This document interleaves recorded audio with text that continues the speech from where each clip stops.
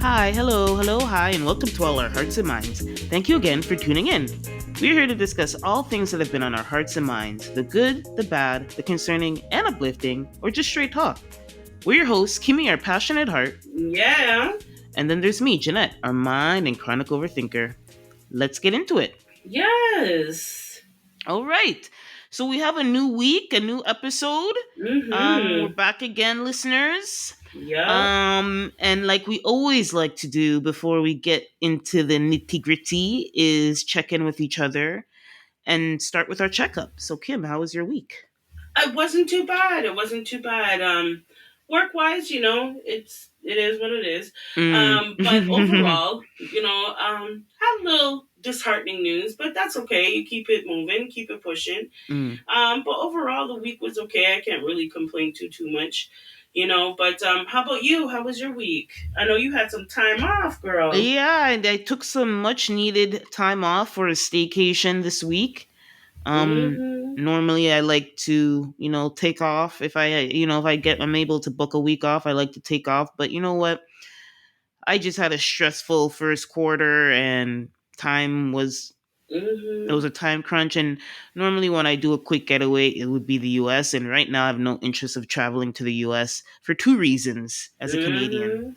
Right now, we don't want to be giving my dollars to the US economy because of the tariff war going on. As they say, we have elbows up right now. Yep. I love you guys of the US, but your government right now is full of Yeah. is I full don't of know. You doo need doo. to do something about him. I don't know. I don't know. Yeah, I don't know. We won't tell you, but something needs to be done. but Something. Something. and also like the US dollar because of that. Like, and no, it didn't, Exactly. and not just the tariff war. I think it was already kind of bad, not bad, but like the US dollar to the Canadian dollar was very high, so the Canadian dollar was not doing very good. No. So and that was in December, and it's continued to be even more in the like I think $1.40 something now, at Mm-hmm. least $1.45. Wow. Wow. So you're right, almost 50, you know what I mean? So Wow. it's not worth it. Like usually, at least if you go to the US and the dollar and to the Canadian dollar to US dollar is a little bit more fair, reasonable, like in the Yeah. 20, like in the 30% range or a little bit lower, that's Yeah. okay. Yeah. It's usually in Mm-hmm. that range of 25, 27 to 34 type of range, which is fine. Mm-hmm. Mm-hmm. So it's just not worth it, literally, because when I go there and I translate it, I'm like, I could go to like Dominican Republic. You know what I Right? mean? Oh my goodness. For a whole damn So, week. so anyway, I Jesus. did a staycation. So this week I went and saw Mary J. Blige. She came to Toronto. Yes, Mary. Mary, and it was an amazing show. It was Mario Neo opened for her, and Neo. I missed Mario, but I'm sure it was good. But I saw Mm-hmm. Neo, and I was impressed. Neo, I forgot about Neo. I hate to Okay. say, I forgot. I wanted now. I need to go this week while I'm working, while I'm dry commuting. I'm going to be listening to Neo. I need to do a retrospective on Neo because Right? I was like, oh, I forgot. Great performance. He could have held down that conference concert on his own if he wanted to, but it was very, it made me fall in love with R&B. I've always been in love with R&B. Me too. I've never left R&B, but it's made me like, we have different stages of listening to music. Yeah, that's And true. so I'm in my R&B bag right now because of that concert. Mm-hmm. And Mm-hmm. then I went to did some medical stuff with my eyes and stuff, and then I went to art show. We have a art gallery of Ontario here is featuring has this hip hop exhibit, so I've been wanting to see it before it leaves. So I was able to see that with my niece. Mm-hmm. Very nice. Enjoyed that. Very a homage to hip hop and especially Canadian hip hop culture here in Mm-hmm. Toronto. So it was nice to see that. So I had a relaxing week, but then I got a cold because this I was like not wearing a jacket up and down all over the place. So that caught up with me. And honestly, normally when spring comes, I do normally get a little cold because of the weather change. Mm-hmm. Mm-hmm. So that happened. It's not bad, it's regular homemade cold, but I like my sinuses get really act up when I get a cold. So past couple Yeah. of days were a little bit annoying, but other than that, I had a good break and trying not to be depressed about going back to work. Right? But it was what I wanted. I just needed to like just be away. You know what I mean? Mm-hmm. So Free yeah, paper so I'm bun. Mm-hmm. because of that, I'm in good spirits. I feel a little bit energized and yeah, feeling good. So it's good. All right. Well, Awesome, we awesome. sounds like we're doing all right. The doctor Pretty good, says yeah. nothing to prescribe for now. So before we jump into headlines, listeners, just a reminder, thank you for tuning in. And wherever you're listening, whether it's Spotify, Apple Podcasts, Amazon, YouTube, wherever you're listening, please continue to subscribe, follow, download, rate the podcast wherever you're listening. Leave comments wherever you're listening. Hmm. And we see everything. So please continue to listen and engage. All right. Let's jump into our headlines. Yes. Um, okay. Let's start with some semi-local news. So Hmm. recently UMG has filed a motion to be dismissed. UMG, Universal Music Group. So Drake's Hmm. lawsuit, we've been talking about it on the podcast.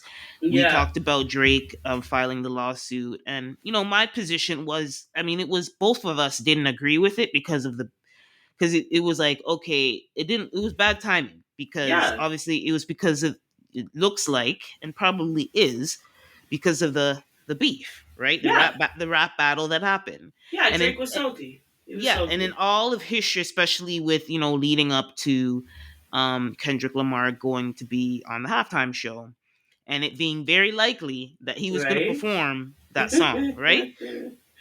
Excuse Oh, me. man. And yeah, right. Um, and he did it.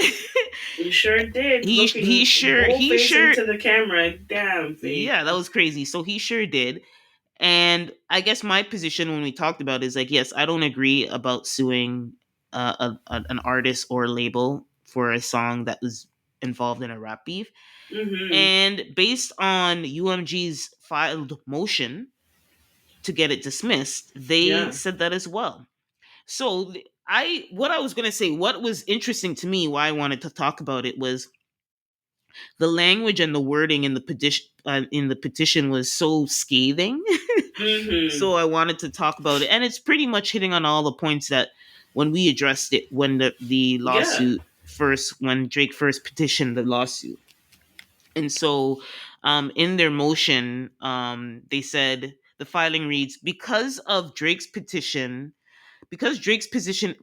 is related and was filed in response to UMG's protected free speech, and because Drake cannot carry his burden to establish by clear and specific evidence he is entitled to pre-suit discovery, the court should dismiss Drake's retaliatory legal action against UMG. Yeah. So pretty much that's their opening of their petition, and it's a lengthy suit, but they're pretty much saying that um it's it's a weak attempt to stop them from distributing the music, and also that in the beef, Drake also made allegations against Lamar. So it's kind of like, Hmm. why are you trying to sue us because of this song when you made allegations of Kendrick Lamar abusing his wife Right. and stuff like that. So it's pretty much a petty. It's a 53-page document. So, but it's very much saying the main points were, this is a rap beef. It's a part of the culture. It doesn't even make, there's no precedence for this. Also, he doesn't have, Hmm. this is a part of free speech, just like he has free speech to say what he wants. Kendrick Lamar has free speech to do what he Sure wants, does. Yeah. as well as finally, there's no support. He says that there was some nefarious. Remember, he's alleging that UMG did some nefarious deals to make sure the song was more successful than it was supposed to be, and he's Oh, not like they providing. did for you, Drake? Right, Oh, okay. exactly. But he Yeah. and he hasn't provided any proof, like actual No. concrete proof of that. So it's Well, like, and that's how this all started. And I think we forget that he first was trying to get information out of UMG so hmm that he could have a valid suit against them. Mm-hmm. And anybody that has half of a brain or a good lawyer is going to say he's looking for discovery so that he could make something stick. So why would we give him that? Like, that just doesn't make any sense. Um, all in all, the only thing I have to say about this is, Drake, what's the end game? What's the end game? Because as far Mm-hmm. as I'm concerned, your career is destroyed. You have no credibility in the hip hop culture at all. So what's the end game? You are already a multimillionaire. So what's the end game? And I think that Drake should be the one to dismiss this. I think it's frivolous. I think I wouldn't be surprised if this is granted by a judge. You're trying to take, it's like trying to pull the street into the courtroom. And Mm-hmm. unfortunately, unless you're being accused and charged with something, they don't care about street beef. They don't care about none of that. It's when you're starting to do actual nefarious things. What if he were to say that UMG had some taking in drugs or trafficking or something of that nature? Then okay, maybe. But this is just because you're salty. You're trying to bring the street beef into the courtroom. And unfortunately, it's not going to work in your best benefit because, like I said, what's the end game? Yeah. So you sue them and what? You expose them and what? You think people don't know this already? No, You but knew this. I think Like, in come on.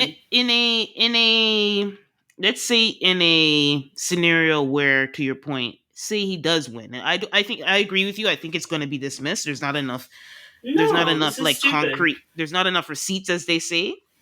But if like I do think though, if he did win, there is something to gain for art. How? For Not for what? You're done. not You're done necessarily. deal, bro. Okay, my POV. Who's gonna fuck with Drake after this? I think he's fine, to be honest. I really do. Unless he goes and starts making music out of his basement in his big ass house here in Toronto, like, to Yeah. me, there's nothing lucrative at this point for Drake. You mean, do you Maybe mean in terms of the lawsuit? the just the lawsuit, all of this that he's pulling again, that he's this whole lawsuit period is a waste of time because there's Yeah. no end game. There's no end game that would be of any success, any level of success for Drake. Because I could see him trying to pull this to stop Kendrick from performing at the Super Bowl. Hmm. Okay, I could see that. You know, millions of people, you being called a pedophile. I could see that. I could see that. Hmm. But now Kendrick stood 10 toes down on that. He looked directly in the camera. So I don't know what you think what's gonna come of this. That's Mm. of value to you. Like, I think as an artist, like not necessarily for him, but I think for other artists, there's something like basically standing up against a record label and but this beating has been them. in the it. See, this is the thing, right? Is It's not that gonna happen. It's no, not but gonna happen. everybody knows the music industry is dirty. Hmm. Everybody knows this. This is why there are independent artists, right? Everybody knows this already. This didn't just come about when Drake But started then up it in could this. set a precedence for other artists to have some type of leverage. Not, and again, Drake doesn't have much to gain from it. I'm with you there. He himself doesn't have much to gain from it. I'm thinking generally as an artist, the artist community, and an artist putting a lawsuit against a big, the big bad wolf, and that's kind of looking at it that way, the David and Goliath kind of narrative, right? But Right, to your right. point, it's not going to happen. There's nothing to gain. The second part. And with Drake specifically, Mhm, for him, you're coming to expose the same industry that you were happy to be a part of for mhm. many It's years. hypocritical, yeah. It's very hypocritical. There's no real benefit for you, Drake. It's not going to help your career, and nobody is going to want to mess with you if you pursue this. If you were to win this, Do you really think anybody's gonna want to mess with you on any level? Like, Yeah. let's just keep it a buck. Drake is Drake, but I'm sorry, you got knocked down from your throne. Mm-hmm.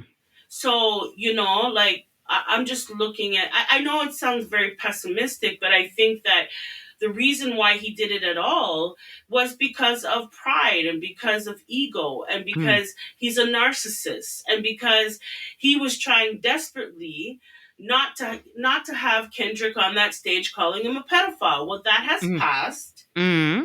right? You didn't stop, no, you didn't stop the show. Okay? So I don't understand at this point. What would you be exposing? Everything that you were a part of?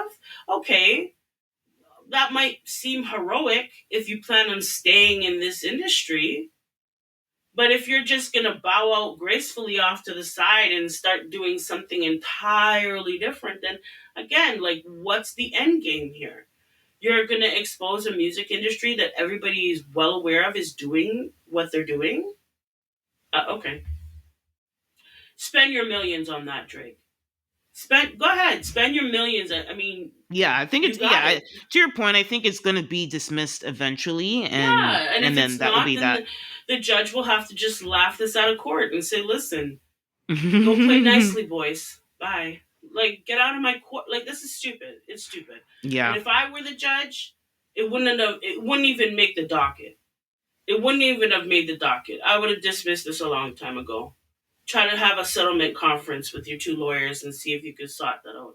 But, like, I wouldn't preside over this. This is stupid. So anyhow, but good luck, Drake. Good luck. Hmm. So, we'll move on to our next story. It was an update for on Yes, Shanquella Robinson.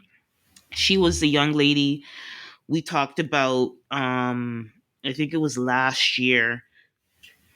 it The was in incident the 2022. Can incident you happened in imagine? 2022, but I think it was like 2020. It wasn't until like 2023 when the videos and stuff surfaced. Right, I don't know. right. Yeah, something like that. But it was Anyway, early 2023, like yes, early in the exactly. year. Yeah.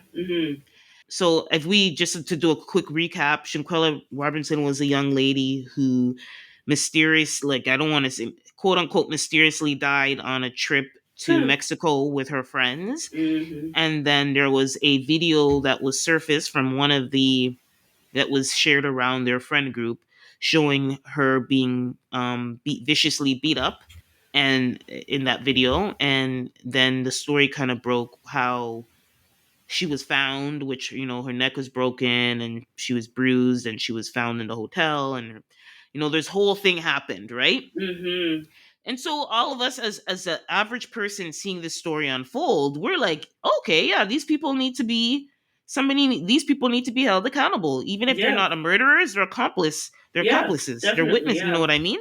They're accessories to it.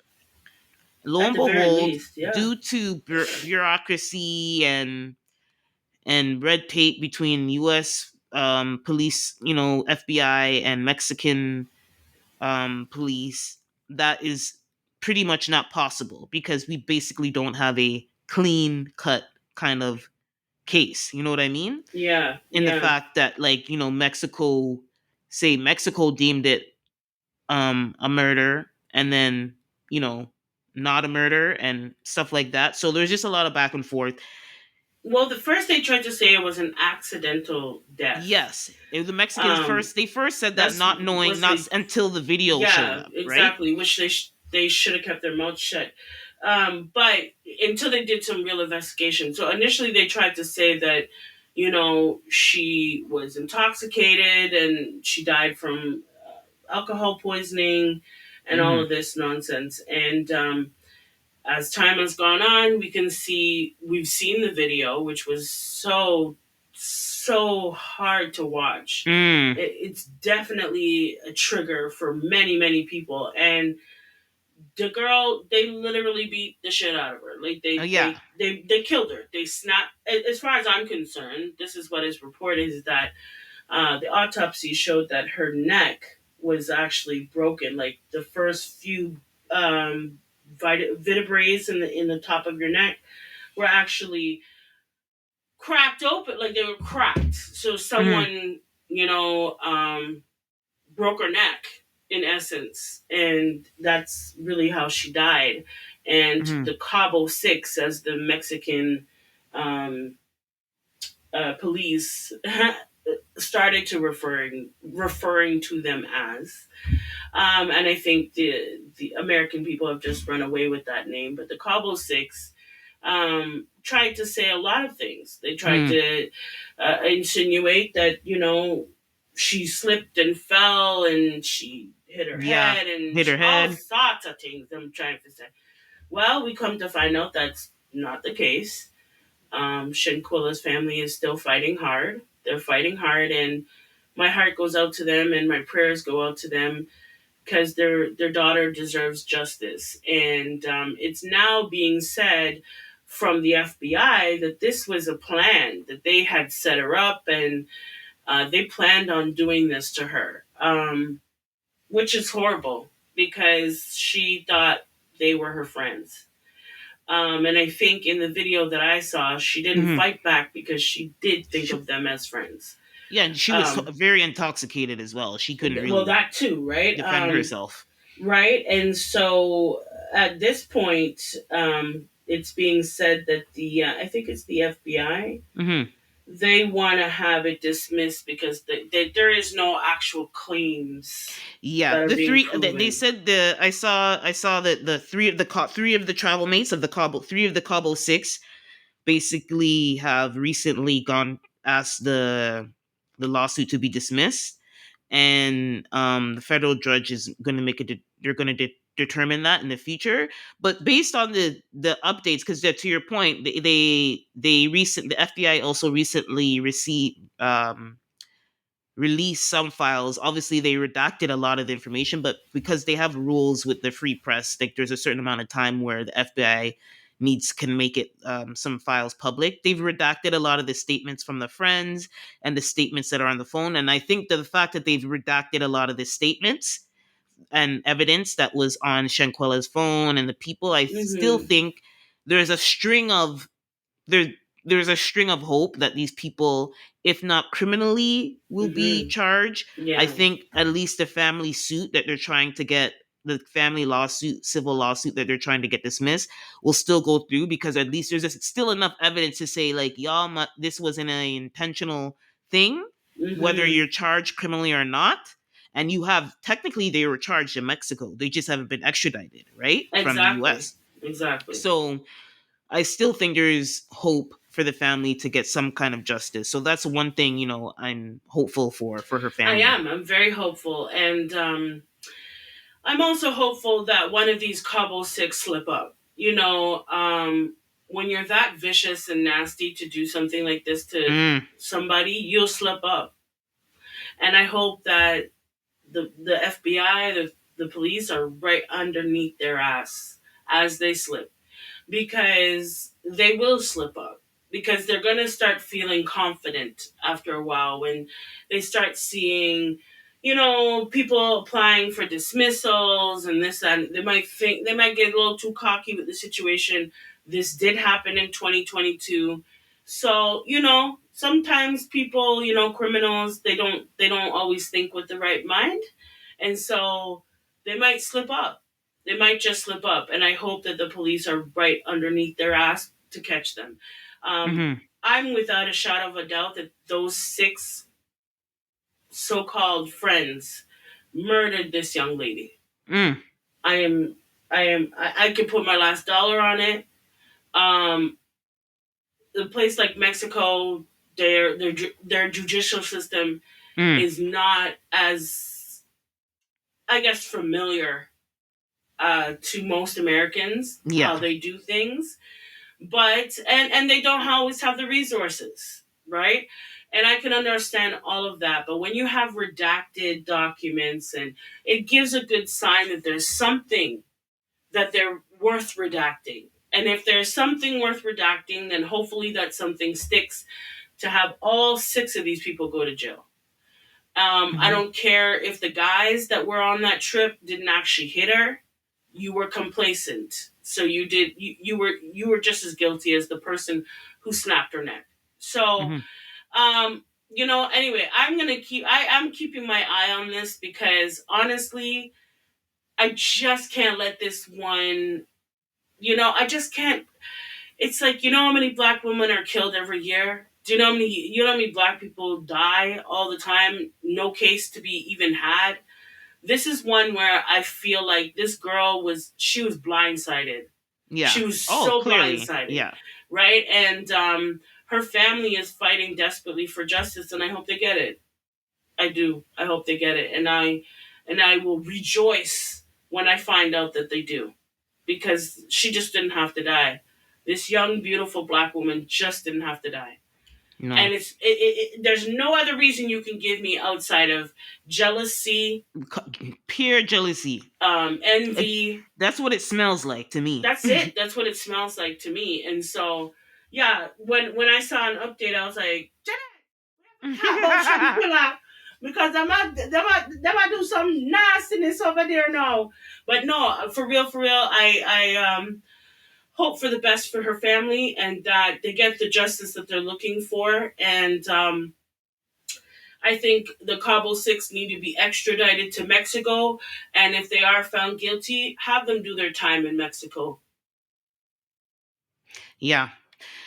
So prayers up, and again, justice for her and her Yes, family. Okay, yes, so we'll move on to some local stuff going on in yes. our country and Canada and our city. So one of our, we're ladies here. We like to shop. We Mm-hmm. like to see the Sure do. deals. We like to, you know what I mean. So one of our biggest retailers, actually one of the oldest retailers in Canada, the Hudson Bay Company, affectionately Mm. known as the Bay, The Bay. has started liquidating. And Wow. to be honest, and as we know, when your company's liquidating, that means they need to downsize, severe downsizing, because Yep. they're going from, I believe I saw it was 355 store locations down to six. Oh no, the Six. company, no, the company Jesus. is no. Sorry, let me correction. The company is 355 years old but Right. I thought they had yes. 600 locations. Yeah, sorry. Yeah, the locate because it's a combination of all their Yeah. stores. So Yeah. it's 80 actual Bay stores, three Saks Fifth Avenue stores, and 13 Saks off Fifth stores. So you round that up to about 100. You can round that Wow. up to about over just Down over to 100, six. down to six Yes. across the whole country. Canada. Big, big Canada. They want six stores. Lord God. And pretty much this happened because they were pretty much, what do you call it, bankrupt. Yeah. They're on the verge of total bankruptcy. And this Yeah, was a last ditch effort to kind of. The thing is that Hudson's Bay, it's a part of the fabric of of Canada. this Canada. Yeah, yeah, It exactly. really is. And if you go back in history, because this is where I learned about Hudson's Bay and how Mhm, important it is to the Canada as something for people to identify Canada. And mhm. when you go back to the fur trade, that's where Hudson's Bay came into play. Around the Hudson's Bay here in Canada is where they would do a lot of trading. Yep. Hmm. So people would come from all over, right, and come to that port and trade. And a lot of fur, beaver fur, believe it or not, we had a huge population of beavers. Not so much now, but we did. And they took the beaver's fur and they made things out of it. They made hats. They made all sorts of things. And so Hudson's Bay is a big part of Canada, and to see that go, like honestly, I don't even know what I'd do with myself. Like I feel like I need to go get like 3 and 4 of the Hudson's Bay blankets. Like Blankets. Oh, I'm pretty sure. Well, the good thing okay, is you could still get it online. Like, I mean, the stores are severely, like, we're only gonna have two stores left in Toronto, but I'm sure. what you have to remember, this used to be a store that was in every single mall Yeah. across Canada, every mall. So what? Huh? Now they're gone. I Mm-hmm. mean, So what they started the liquidation mm-hmm. last week. And the good thing is that in an effort, because the Canadian government has been bailing them out. They've been having issues Yeah, since COVID. It was up since yeah, COVID. They've been having issues yeah, because they lost a lot of the store traffic and yeah. online, and they couldn't really make up the sales online based on the research I've done, right? Mm-hmm. And that kind of makes sense because as somebody who I like the Bay, I always saw that they can be so much better. I Yep, me think too. they got better with the merchandising, like the brands that they brought in. Mm-hmm. They got better with bringing the kind of the right brands and being trendy and all that, but they just their site and their app was not good. Mm-hmm. Because if you're relying on online sales and your site is doo doo, that's going to cause a problem. And then on top of that, yeah, the store, I'm not a retail expert, but I do know that there's a whole science and setup to, setting up your store to get people Definitely. to buy, right? Yeah, And I yeah, could see the flaws in kind of how they laid their store. yeah, But yeah. besides that, yeah, so it's but one thing is, so they're leaving 6 stores, which is saving jobs. I saw that you're going to be able to save over, they said, how many jobs, because that's why the Canadian government kept on It's stepping in, helping. was It's helping. thousands from what I Yeah, it was think thousands. I. Definitely, I saw something like in the thousands somewhere there. But like that's see, they could, if with the six locations, they can save over 9,300 jobs. So over nine Wow, it's almost thousand 10,000 jobs. jobs Yeah, we can't. that they're That's saving. why the government is helping because they're like unemployment. Nah, fam, we can't take that Yeah, because I hit. could. No, we're Yeah, not taking that exactly. hit to the unemployment. No, sir. So we're gonna just keep them employed. And with the liquidation sales, as liquidation sales have been performing better than they thought, so they Mm-hmm. might even be able to add another store based on the revenue that they're driving from the liquidations. Yeah, So yeah. it's at least there's a little bit of a um rainbow at the end of the Mm-hmm. rainstorm here. I mean, it's still sad, but It hey, is. this is what it is. I know. At least we're trying. I think I think they're still going to be here. It's not obviously not going to be what it used to be, but at Yeah, least the legacy is going to continue. Like to your yeah. point, like it's Canada's oldest retailer and corporation, and at least it's still going to be here. But I guess it's also a lesson to large companies, and even if you're a small business owner, um Definitely, yeah. when you see that red flag, when you see the danger, because the danger for this company was like been kind of, the red flags have been up for a while. Like even me Yeah. as a normal consumer, without even knowing the news, I was like, At least a decade. At least, if not more. yes. At They least a never really decade. got with Yeah. it. Like you said it perfectly. What did you say when you were talking about it? They never really got up to the times, right? Well, yeah, with the Hudson's Bay, and there's a lot of companies that are like this. Were not easily, they weren't able to modernize, like they Mm-hmm. weren't able to keep up with the times. Mm-hmm. And I did say something, I forget what exactly I said yesterday, but Mm-hmm. um, basically that was it, is that they were not able to keep up with the move of time. Now Mm-hmm. you have to remember Hudson's Bay has been around, you said 355 years. That's a long Yep. flipping time, okay?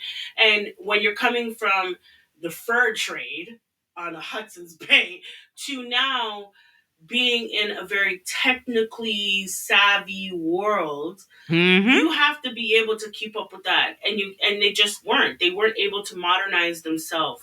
They just weren't able to do it. And I would say from the last 10 years, I've noticed that Hudson's Bay has taken a huge hit, and you could always tell when you go online. And it was funny how you had said their online shopping sucks. Like Mm-hmm. it's ridiculously stupid. And it showed when all of your competitors are finding, user friendly, Yes. attractive interfaces for their online Yes. shopping, That and starts you are there. still stuck in the 19, like, hello, we need to up with the times. And unfortunately they just weren't able to pivot. They just didn't able to, they didn't do it on time. I'll say that because you could see that they started to make the pivot, but it Yeah, was they too started. It late. was too late. Yeah, It pretty was too much. late because everybody else behind you was already fast and fierce on this. And I've worked in retail before, and I know a thing or two about a store. And let me tell you something: the Hudson's Bay was the hardest place to shop in, even when you went to the store. That. Yep. It was the hardest place to shop in. It did not make it easy for their consumers. Not only that, but everything was. It just didn't have any rhyme or reason. The It only just okay, but the only thing that did make sense is and probably where they made a lot of money was their beauty section. What do you think? that definitely did. It helped to Yes. keep them afloat for a few Yes, I would years. say their beauty. It One sure thing I did. could give them is that their beauty and perfumes, they and And all and that. and another thing I'll give Hudson's Bay is the quality. Yes, Because of they course. never ever skimped on quality. They Mm-mm. never ever cut back on quality.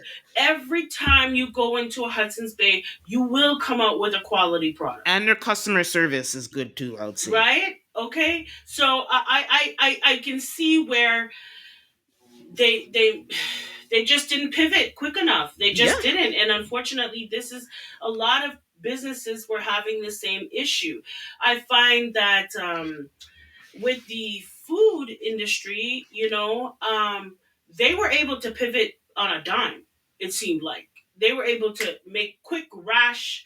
I know it's a different product. I get it, but even when I think of, uh, Pennington's, which is a clothing store, or Foot Locker, or Hmm. they were able to stay just a step before the time, just a step. Um, you know, but unfortunately, Hudson's Bay, like for me, I grew up with knowing about Hudson's Bay. My mom used to love going to Hudson's Bay. Let The me tell Bay you, she was up Days. in the Bay 24. And it's because they had good quality and their merchandise was reasonably priced. And they had a lot of stuff for women. Hmm. They dedicated a lot of foot space in the Hmm. store to women's products. I mean, duh, that's who shops more. Women, Hmm. right? And so, yeah, they should be a focus. Unfortunately, they just didn't. I don't know. Like the saddest part of it all is where the hell was your team? Where the hell, like, who the hell did you employ? Who was the marketing staff? Who was the merchandising staff people? Like, why aren't they working together? Because there was no cohesiveness together. Like, it just didn't seem like they had a strong team. It just seemed like they were still back in, the early 1900s, bartering and shit. Like it just did, like they just weren't up to the time. So sorry to see that Hudson's Bay is going to be pretty much null and void because 6 stores, honestly, it's, I don't know how long they'll be open. Let's just say that. Because when we get Hmm. to a point where you have to have the government involved to keep you open, you've liquidated, Yeah. right? So we're gonna see that because the sale just started. It's been 1 week of the sale, and they've already doubled more. They estimated like 7 million, and they pulled in 20 million. So it's doing better than expected. So that's a good sign because essentially they need to take care of their debt. If No, they can I take, think the only, I'm sorry, I'm being a Mhm. little pessimistic here. But the only reason why is because people were afraid that it'd be gone. Yes, That's the only reason yeah, why. Because I know I was trying to look for the Hudson Bay blanket myself. yeah, So when I heard about the Bay and they're closing down stores, and when people start hearing that, they run. yeah. And But it they is a good idea. I think it is still a good idea to get good any strategy. Yeah. bay paraphernalia like the blankets, the pillows, Yeah. whatever that the Bay brand. They Yeah. have like an iconic brand. If listeners like this the navy blue stripe and green and yellow, I think. Yellow, So green, red, and blue. yes, so that's a good idea. I'm gonna actually look about that. Because Because we don't because know it could how be long they're bad. gonna be I was here. trying to find some, and even when I went online, they're all sold out. But Yeah, they're gonna be sold because out. it could be memorabilia of a Hmm. time, like imagine that's the oldest business in Canada. Hmm. I would want to have something of theirs. I'm trying to find the blanket. So Yeah. if you see Keep it a lookout. online, You see, some people have it marked up. right? No, I'll buy it. No, that's the thing. That's probably why they did so well. Is Hmm. because they understand the iconic uh, brand that could be Yeah. out of business any day now. When you start hearing liquidating, when they said they were going to liquidate, and then they said 6 stores, I was like, but Kuya, no. I thought we were going to go down to maybe like 20, Yeah. 20, 10. Yeah, now we No, only have two stores in the like, GTA. uh, Erks? I don't understand it. So I'm looking for that blanket. So anybody here in Canada, you hear about it, drop a comment. See. Yeah. Okay, so we'll move on into some tariff updates. Hmm. That some like we've been talking about it. Listen, this is affecting our economy like crazy, so Okay. we can't not touch on this. And every week there's a new thing from Trump in Feel terms like of tariff. every day, if this man is saying something, it's like just shut it up. Nobody wants to hear your damn mouth. Like I'm so tired of hearing this man speak. My God, I'm sorry. I just can't stand him because he doesn't realize what he's doing. He has no concept of what he's really doing. None. He just woke up Yeah, today. because Oh, there I was feel like my ass is itchy, so tariffs for everybody. Like, it's ridiculous. oh, So this week, some updates were the steel and aluminum tariffs took effect. So mm-hmm. the 25% U.S. tariffs on Canadian steel and aluminum imports, including any derivatives from those minerals, steel and aluminum, began March 12th. Um, so that's a big thing. Steel and aluminum is massive. And following that, the Canada's implemented a retaliatory tariff on Mm-hmm. U.S. goods, and in turn, and Canada imposed 25% tariffs on an additional 29.8 billion That's right. worth of U.S. origin goods. So, Yep. and it wasn't just so it's across everything. So included, yeah, steel, aluminum, tools, computers, sports equipment, and cast iron products. Yep. Mm-hmm. And Yep. that's whoo. Yeah. Yep. So, and Yep. we have to like we're not laying down. You guys Ah, crazy? fam. Listen, I don't know what Trump is on, okay? But like I said, he woke up this morning with his ass itchy and everybody has tariffs. Like, it just, So, and ugh. the next major threat is like we talked about this, which is lumber, softwood lumber. Yeah. Yeah. It remains under threat with new and increased tariffs. And depending on, I guess, how Trump's feeling, we'll see. But most likely that will be another levy on that. Well, and don't be surprised if next week we see something about that because Yeah, it was always on it. I like we were talking about it, and yeah, I won't yeah, be no, but surprised. but specifically next week because Mhm. this past week Trump enforced one of his tariffs against imported cars. So Yes. from anybody.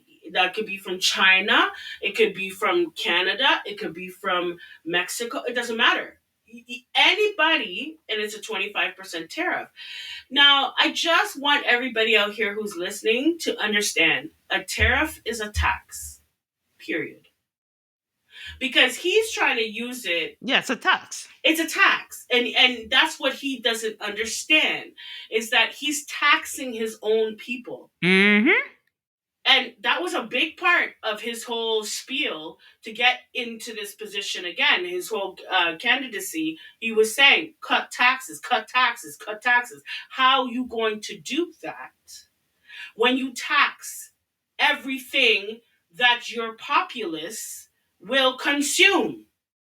So it just doesn't make any damn sense.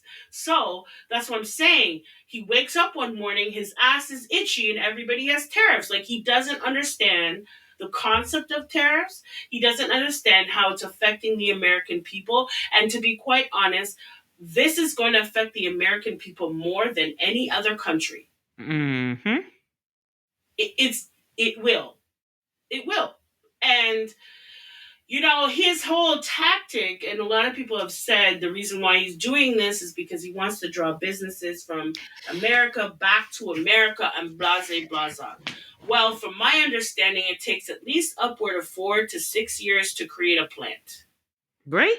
This is, So even if that was your plan, you wouldn't start overnight. Like, this is something gradual. You have to build the infrastructure for you to keep it in house. your presidency would end before you'd even see it happen. Let's put that in perspective. He's only there for 4 years. Mm-hmm. A plant, one plant, could take between 4 to 6 years. So he could leave office and still not even see those businesses that he's trying to force to come back to America actually come back to America and set up shop. Lastly, you don't have the populace for it, my dear. That's what he doesn't understand. He doesn't have the population for what he is daring to do. He wants to bring all these businesses back to the America, but who is going to run them? Right? Any ideas? Because look what happened when you started threatening about immigration and ra ta ta. Jose said, "I'm not going to work today. You're not catching me. I'm not. You're not going to force me, ICE, to go back to Mexico. Oh no, you're not. So I'm just not going to go to work." And what happened on the orange farms? Hundreds and thousands of oranges rotted on the ground because nobody could come and pick them up. Nobody was there to actually harvest the product. So when you think that you have your population is not that big where you're going to have all these companies, if we lived in a utopias world, let's just pretend for a second, he has them all come back.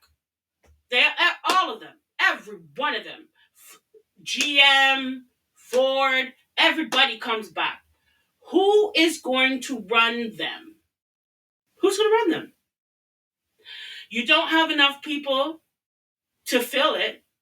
You just don't have the population. You don't have even the land mass. You don't have where you're going to put them. Like make it make sense. It doesn't make any sense. So he needs to be the population in America needs to be very afraid. Because they don't understand what's coming down the pipeline. This new tariff that he put on, if you want to get a BMW, tack another, what did they say? It's between $6,000 and $12,000 more onto that one car. Okay.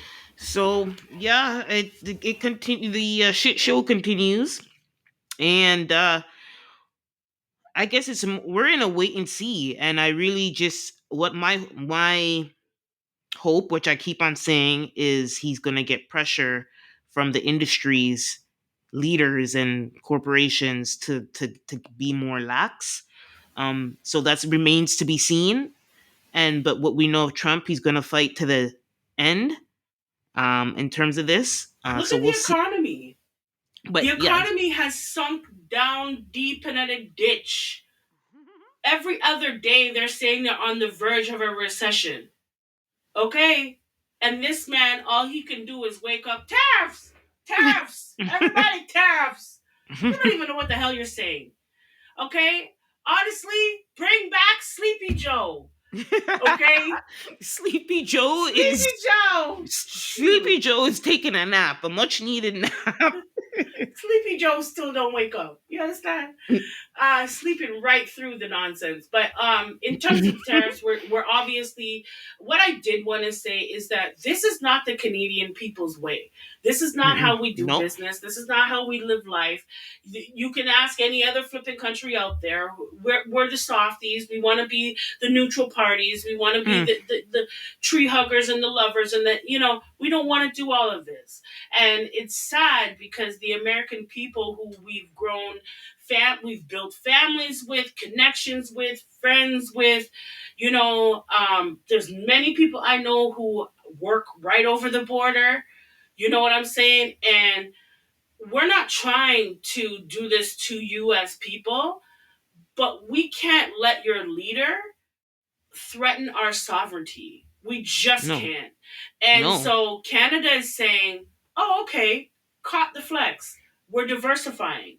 Now, we have China. We're sending stuff over to China. They're taking some stuff. And we said we have to get all up in the EU. We have to make sure that they're on board with us.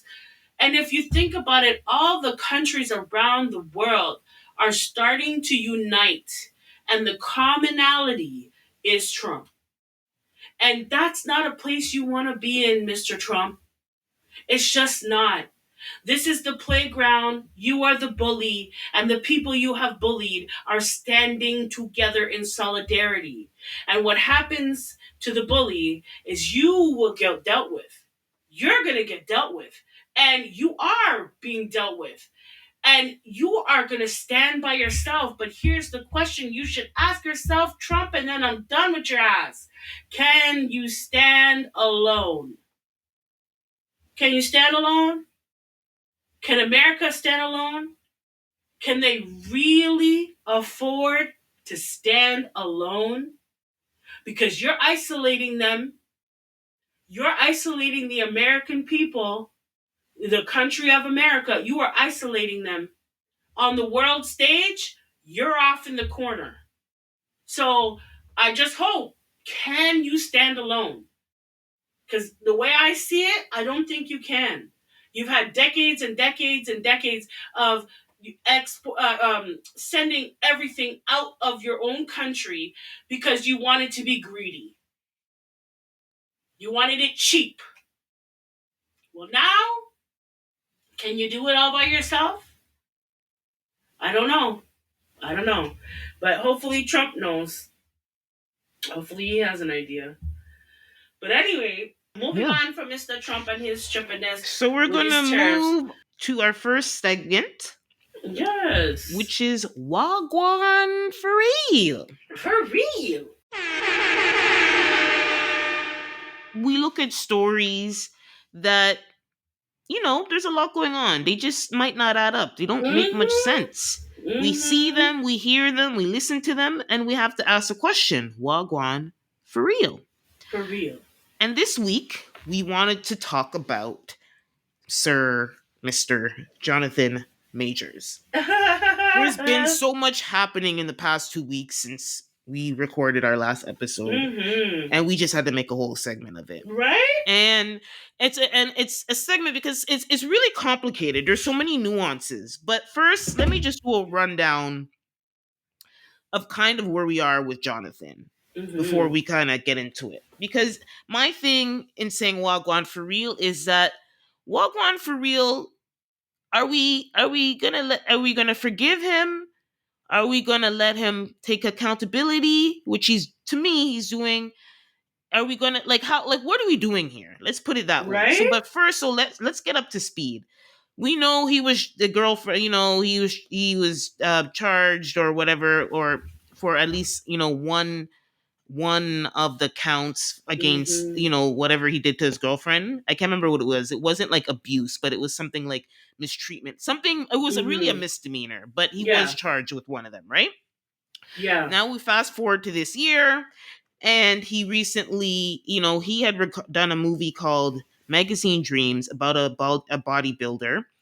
I saw the trailer. The trailer looks really intense. It looks like one of those really intense movies. Like you need to be emotionally prepared to watch it. And based Mm-hmm. on what everybody's saying, that I'm right about that. But it's a brilliant performance. When it comes to acting, I don't doubt that man. I never Yeah. will.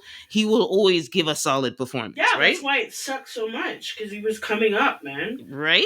And so this year, he did leading up to the film, he did an interview, his first major interview with the Hollywood Reporter, and in that interview, he revealed that he was, he's been doing therapy, he's re-engaged with his pastor, and trying to work on himself, obviously with everything that's been going on, right? And in Mm-hmm. that interview, he also reveals in working with a therapist, he began to process the sexual abuse he faced from both men and women from the time that he was 9.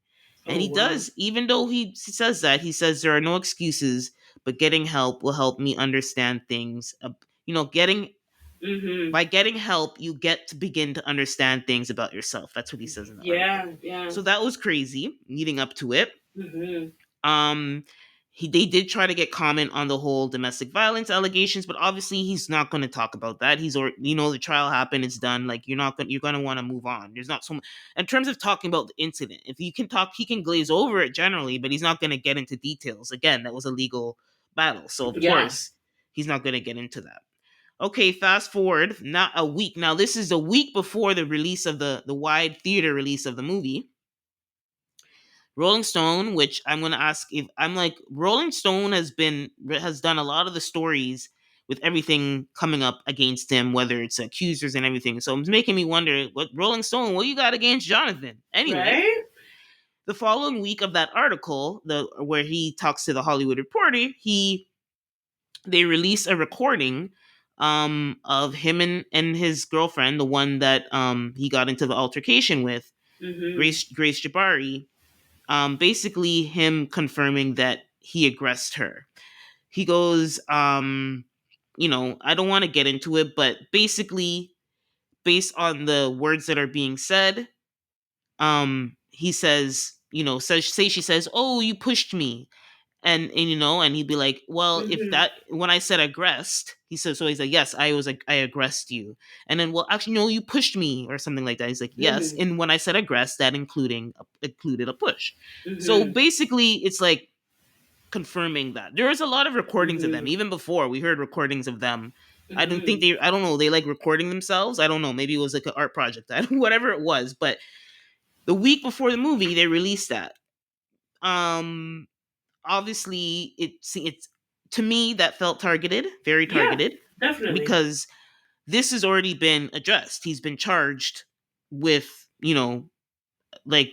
hurting his ex-girlfriend. So Mhm. what is this? That This he is like nearly did time for. Yeah. Mhm. exactly right. Mhm. Mhm. And so and then also during that week he confirms that he got married. And it was first broken on Entertainment Tonight. He talked about it on the Sherry Shepherd show, and he also talked about it on the Breakfast Club. Something Mhm. that I felt interesting about when he mentioned it on the Breakfast Club. Again, I didn't watch the whole interview. I just saw the clip. I didn't watch, and there's reasons why I didn't watch that interview, but we'll talk Mhm. about it after. He said, Megan lost endorsements Mhm. and opportunities by being connected to him, because obviously when she was invited to events she was going to bring him and Mhm. stuff of that nature, and he admits that, he says that, right? And he says that I'm she's so ride or die, and I'm going to do the same for her, You basically. better. And something, yeah, Mhm. he better, right? At this point he better. Yeah. You better. So but then it worries, and somebody made this comment, somebody who's against him, who's not really for him, but I want your opinion on it as Mhm. well as we talk about it, but I'll bring it up. So their point is, we always talk about, when we talk about partnership and finding your Boaz or your Mhm. Ruth, or what we always say if we Yeah. talk about in Christian terms or whatever, when you Yeah. find your person. And they say when you find your spouse, right? That Mhm. person is supposed to increase you, Yeah. right? Yeah. And that's the benefit of finding your spouse and getting married and starting your life and all of that. So then, what does it say when you're with somebody and you get married, and because of that union that you're decreasing? And I'm looking at, yeah, something for contemplation. So I'm putting it out there, like something to think about as we discuss this from Mhm. Megan's point of view, because a lot of people are like, Megan, girl. Mhm. And I'm like, I didn't mind her being with him, because to my point of view is, I think she was the other woman in that altercation that started this whole decline for him. Mhm. But I also think it was a little bit of a blessing for him, because he clearly had a pattern of being a narcissist, of Mhm. being abusive. That's clear. Mhm. I could Mhm. say that he was clearly an abusive partner. Mhm. Yeah. And so him getting this glaring, basically getting exposed, Yeah. It's forcing him to deal with his issues. He clearly has a lot of issues, Yeah. as we talked about his abuse as a child, and it probably contributes a lot to him being abusive to his partners. Yeah. And so it's kind of almost like, yes, would he have gotten the help he needs if his whole career didn't blow up because of this situation? I don't think so. Um, So many so levels. Hmm. and then now let's fast forward to the movie. So the movie releases, and the press, it's interesting. Again, I'm talking about this targeted situation because I found it interesting. I saw an article. Let's say the movie releases on movies release on a Friday, so even if it's a Hmm. Thursday at midnight, or call it Friday, and they had a theater wide release. So it was already done. It was already shown, I think, last year or the year before in all the film festivals, but it had a theatrical release across the U.S. that weekend. Last weekend.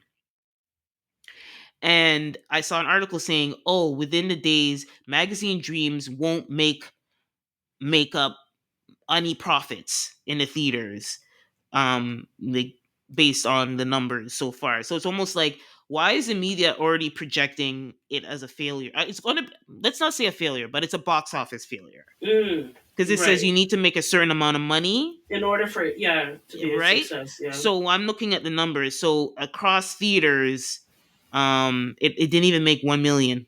Ooh. Wee. No, Ooh sorry, wee. yeah, under 1 million. So yeah, that's bad. That's That's very bad. bad. But it's also, he doesn't really have any backing because remember, Zeus Network and Mm. the other production company is another small production company that Birchwood. Let me see. Anyway, is Hmm. Zeus, Zeus, the reality Yeah. TV. So the fact that Zeus had to step in to kind of help this movie, that Right. already Not a good tells us sign. not a good sign. But that was a way it was able to get theatrical, like basically distribution, because how it works is an independent movie can go through film festivals, but you need a major distributor to put it to theaters and stuff like that, Hmm. right? So Zeus and another company decided to do that for the when the other, it's Briarcliff Entertainment was the other production partner and Hmm. distribution partner. Anyway, um to get it theatrical release. But I'll say there's only so much. If you don't have the backing of a massive, movie machine, like, A24, I Fox, know. like, Universal, all Yeah. those big movie production houses, right? Yeah. Then you can only rely pretty much on word of mouth and like online. Like, and you Right. can't stand up against like a Wicked. Hell no. No. No. And that's why he himself has been promoting, which is great. He's been going around. That's why he's doing all the interviews, and he's been out and about doing what he needs to do to promote the film. Yeah, And but I think it's the wrong messenger. Sorry. well, I mean, he can, like, I mean, he's the star, but I think you need Yeah, more I think he than. should have just backed the fuck out of that promotion part. Sorry, excuse me. No, but for real, like, I'm gonna let you finish before I tell you what I think about this whole thing with Jonathan Majors, because Yeah. he might be a great actor, but you messed Mm-hmm. yourself up, bro. Mm-hmm. Because you were in the beginning of your career before people could really see your capabilities. You know what I'm saying? Like, not that it's right at all. None of what happened was right. Mm-hmm. However, it was in the beginning of your career when people really don't know you enough to care. They just anyway. Mm-hmm. Finish what you were saying. Sorry. Go ahead.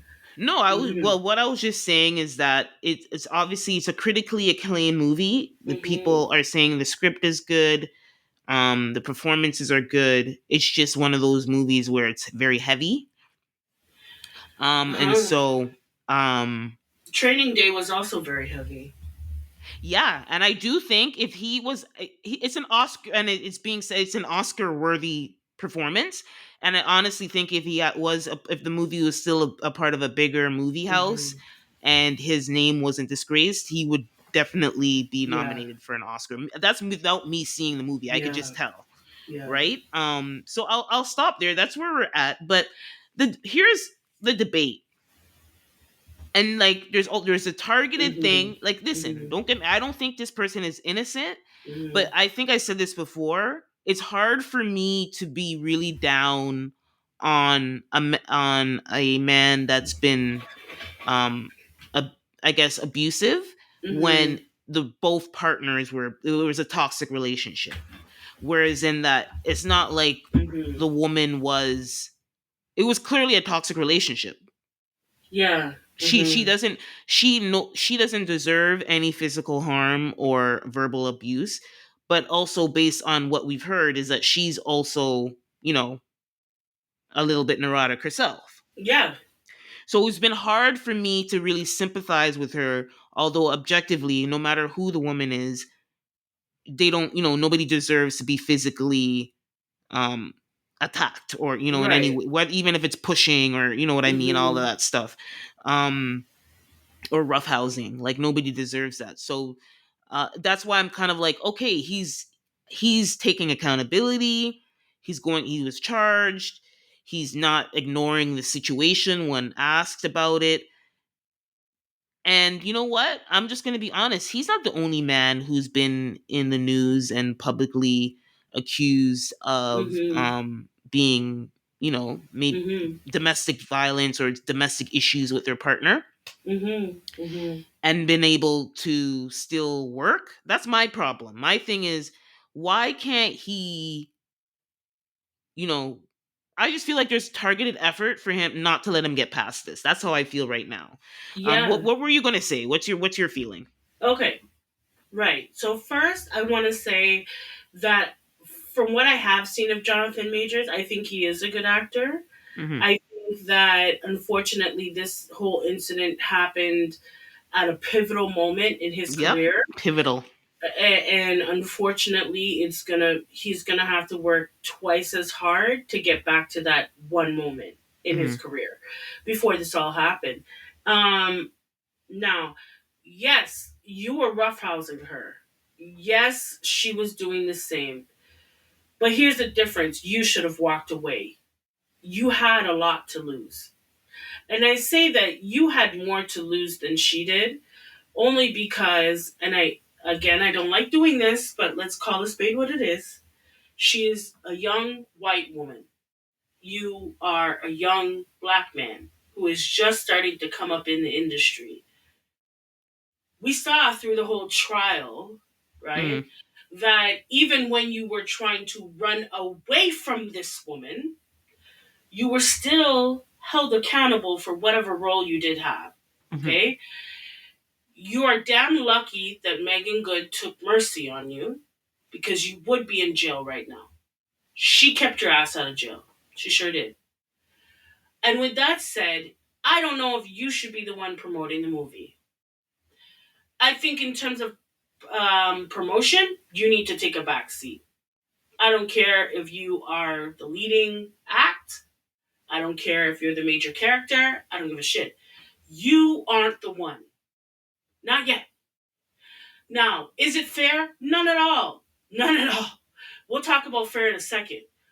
But here's the facts. The facts are that you were just coming into the game. This happened. It changed the total trajectory of your career. You should be happy that you're acting still. I'll be honest. Megan Good did that for you. She sure did. And her career is taking the hit. Her career is taking the hit so that yours could possibly be recovered.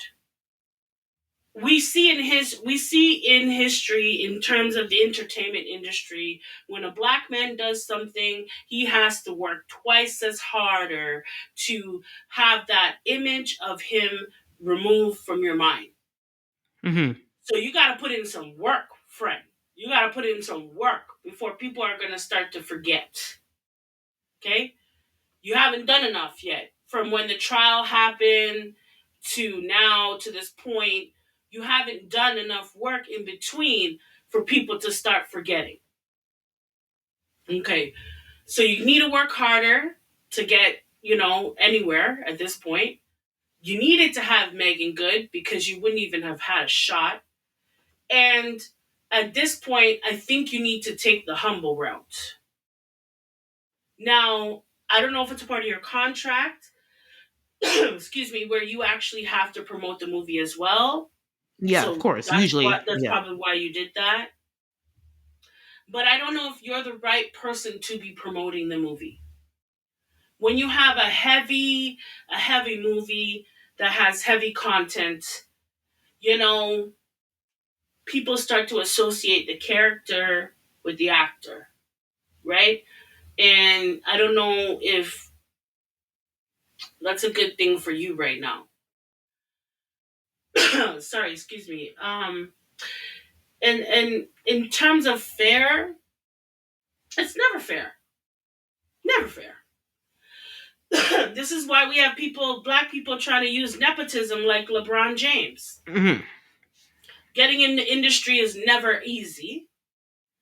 You have to be excellent at what you do to even be noticed. Okay? For people to start talking about you. Um, and you have to really own your craft. And I think you own your craft, but you're not in a good position right now with the publics, with the people who would be going to buy and the tickets to see your movies. Is it fair that he has to go through the ringers? No, because I could name just off the top of my head of some actors out here who, like Charlie Sheen, Robert Downey he was Jr. giving people AIDS, Mm. okay, and still people went to go see his movies or to see his show. Tuned into a show all the time. He made millions of dollars per episode. There's lots of men out here who are white and actors, and they were forgiven. And even if you look at Brad Pitt, Brad Pitt was with Jennifer Aniston for donkey ass years. Hmm. Okay, never married her. Then got with um, um, Jolie, Angelina Jolie. Yeah. Jolie. Dropped Jennifer like a bad habit. People were upset at him for a couple, maybe a year or so. And ever since, it was like Jennifer never even happened. He went about his business. People forgot about it. Now it became Angelina and Brad and you know.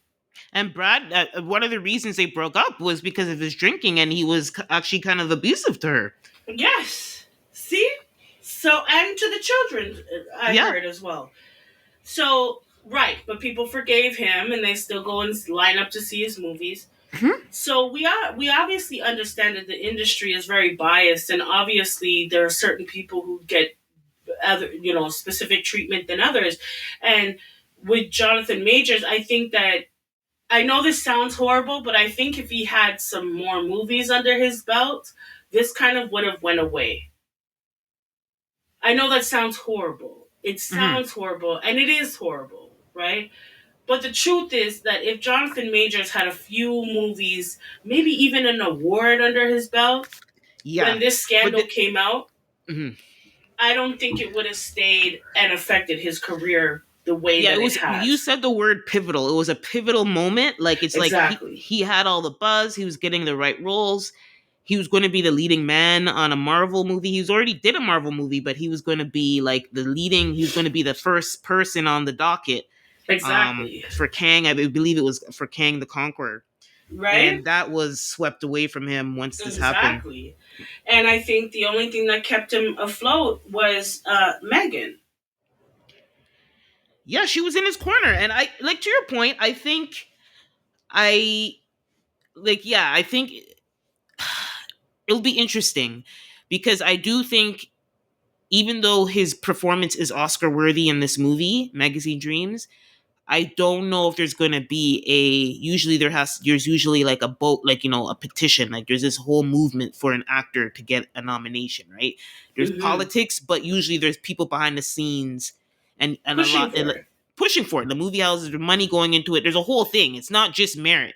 If it was merit alone, he would, but we know it's more than that. Yeah, of And course. so that's kind of what my hope is, that it's just like all the critical acclaim on his performance can just build up merit for him to continue to And work. he's gonna have to do it for the next at least a decade. Oh no. Okay. A decade? Okay. I think just because think that time is condensed now, I No, think because you maybe know what back. the problem is that, and this is what I can't stand about all these black men out here. Why do you do wrong and then want to talk and chat about it later? Like, shut the hell up, bro. You should act like this never happened in your life. Any interviewer that has questions about it, no comment.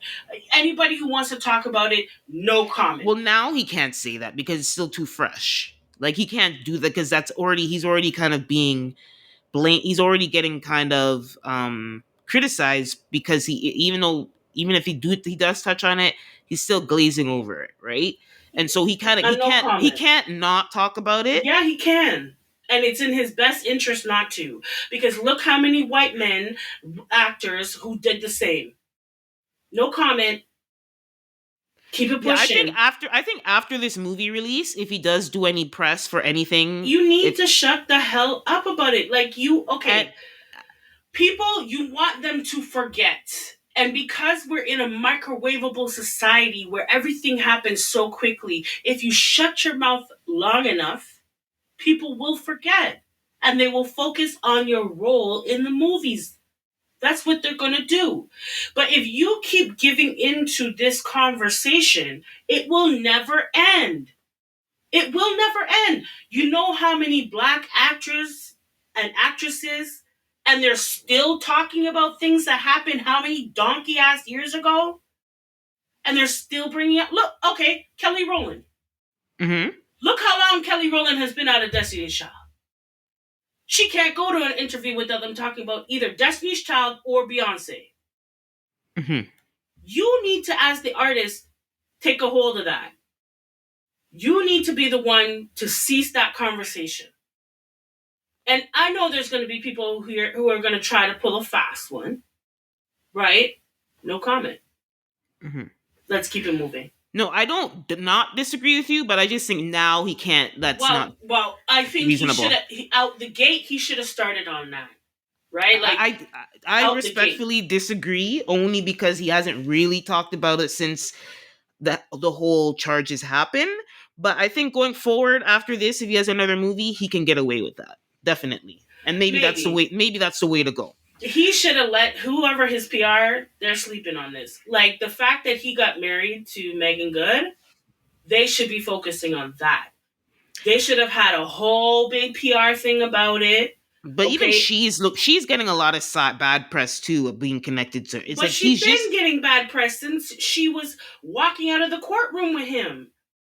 mm, Since then, she's been getting bad press. Megan's career has morphed she's taking a hit. into him. Hmm.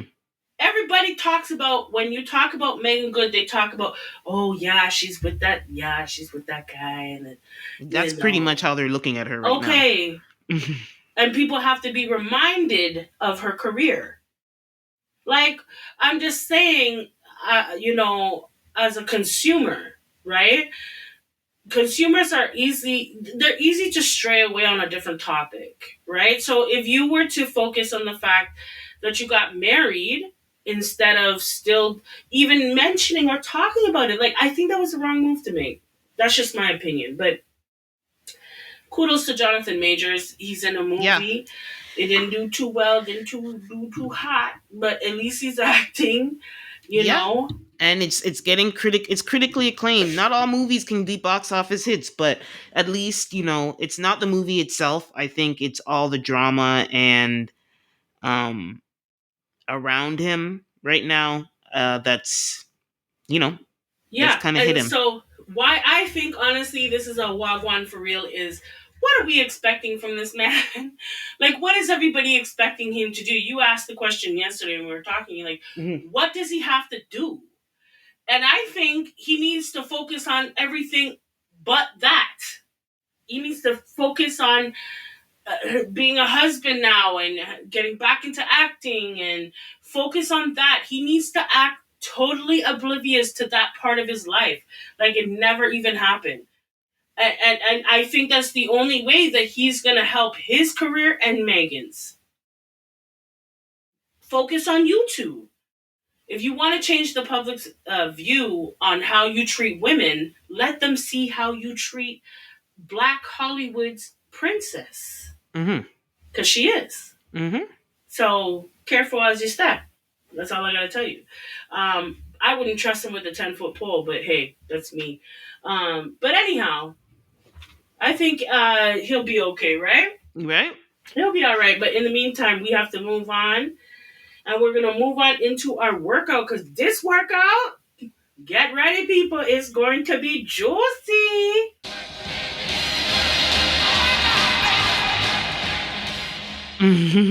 Yes. And so for this workout, our workouts are usually where we get to exercise our hearts and our mental fitness, doing deep dive discussions on things that are happening in our communities or in general. And so one of these things that we need to talk about is just hilarious crashing out on the internet. On Beyonce's good internet, she's crashing out. Okay. Why is she crashing out, you ask? Because the Breakfast Club is bringing the drama. This is what they do, everybody. Breakfast Club. So Jess hilarious. She's been on the show for I think maybe 2 years. About that, yeah. About 2 years, and I was very surprised to see her on the show. But I thought, you know what, she does have a good personality. She might be a good fit. And I don't think that she's not. I think she vibes pretty well with DJ Envy and Charlemagne. Yeah.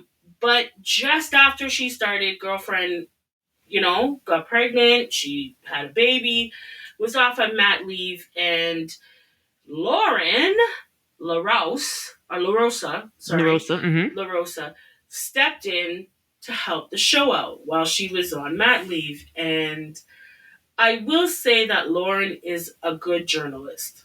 Yes. She's a really good journalist, young, up and coming journalist. And I think she has a little bit more experience for what the position might need. Yeah. Right? However, Jess was not having it. She was not having it. So I think there was a lot of drama behind the scenes that we might not be too privy to, but Yeah. Jess tried to fill us in as much as she could. And she let us know that it was her understanding that Loren was only going to cover her maternity. So when she got back and Loren is still hitched up in the place, she's like, okay.